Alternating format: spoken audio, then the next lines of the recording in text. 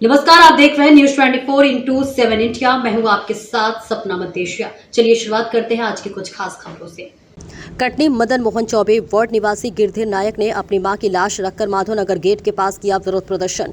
1 घंटे तक लगा रहा जाम। आने जाने वाली जनता देखकर हैरान हो गई। बेटा अपनी मां की लाश रोड पर रखकर जोर जोर से माधवनगर पुलिस पर मारपीट और दलाल अज्जू गौतम के द्वारा झूठी रिपोर्ट दर्ज कराकर मां बेटे को थाने बुलाकर जलील कर बेटे को मारपीट के गंभीर रूप से घायल लगाए। और वहीं आपको बताते चले कि माधवनगर पुलिस पर मेरी मां बीपी शुगर की मरीज थी, उसके बाद भी पुलिस के द्वारा परेशान किया जाता रहा और पैसे के लेन देन में थाने बुलाकर झूठी रिपोर्ट के मामले में बैठाकर जलील किया गया, जिससे मेरी मां की तबीयत बिगड़ गई और 28 जून को जबलपुर मेडिकल में मौत हो गई। निरधीश नायक ने मीडिया से बातचीत में बताया कि रेपुरा निवासी अज्जू गौतम ने जमीन दिलाने के लिए बयान के तौर पर 1,70,000 रुपए नगद लिए थे और जमीन का सौदा कराने की बात कही थी, जिसके बाद 9 माह बीत जाने पर पैसे मांगे गए और कहा गया कि जमीन दिला दो तो या हमारे पैसे दे दो। तो अज्जू गौतम और 2 साथियों ने मिलाकर जो है मां बेटे के साथ मारपीट की और पैसे न देने को कहकर ड्यूटी रिपोर्ट माधवनगर थाने में कर मां बेटे को बुलवा दिया, जिसका वीडियो मां बेटे ने बनाकर सोशल मीडिया पर वायरल कर दिया। माधवनगर पुलिस ने कोई सुनवाई नहीं की और जलील किया, जिसके बाद मेरी मां की तबीयत खराब हो गई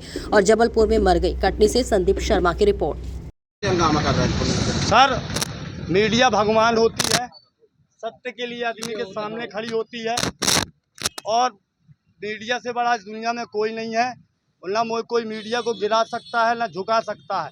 मीडिया ही से आदमी को न्याय मिलता है और मीडिया ही से पुलिस को। हुआ क्या हमें बताओ। मेरी माँ मारी गई, थाने इंसाफ के लिए वो खड़ी थी। टीआई साहब से बोली थी कि मेरा पैसा दिला दो या मेरे को जमीन दिला दो। इससे किससे पैसा लेना था, किससे पैसा लेन देना, काहे का पैसा है बताओ। जमीन के एवज में उसने 1,71,000 हमारे रख के 8-9 महीने हमको चक्कर कटाया। किसने? अज्जू गौतम, रायपुरा निवासी। काहे का पैसा था, क्या था बताओ। इनका पैसा था, इनको जमीन खेती बाड़ी से बड़ा प्रेम था। इनके पास इनके पति का रिटायरमेंट का पैसा था। ये हमारी माँ है तो हम गीता नायक।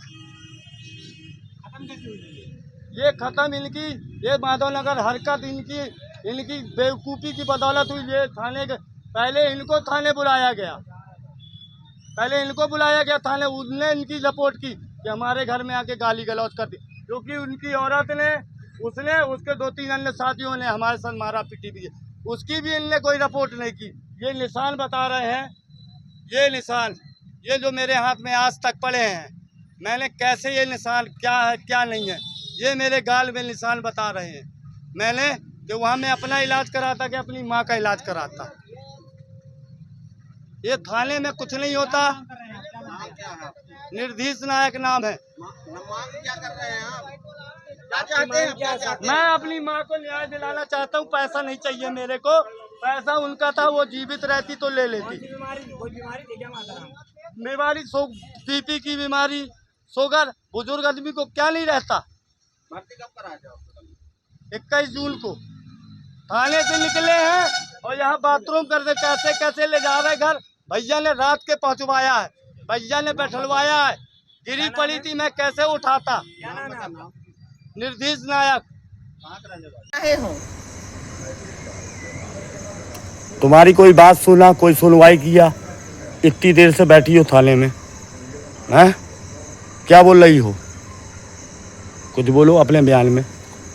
कोई सुनवाई नहीं है, को मार डाले। इतना रुपया खाने से काम है।